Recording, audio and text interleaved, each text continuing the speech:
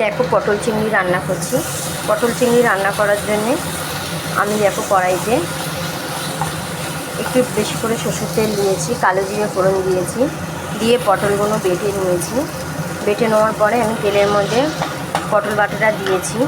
পটল বাটা দেওয়ার পরে চিংড়ি মাছটা পেস্ট করে নিয়েছি আধ বাটা মতন। দেখো চিংড়ি মাছটা দেখতেই পাচ্ছ, বুঝতেও পারবে দেখে।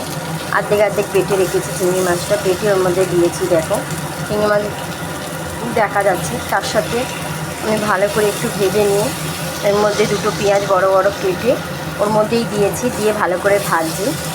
এরপর দিয়েছি আমি নুন, হলুদের গুঁড়ো, একটু কাশ্মীরি লঙ্কার গুঁড়ো, চিনি দিয়েছি, আদা রসুন বাটা, আর দিয়েছি কাঁচা লঙ্কা বাটা, দিয়ে ভালো করে আমি ভাজছি। এটা আমার অলরেডি হয়ে এসছে।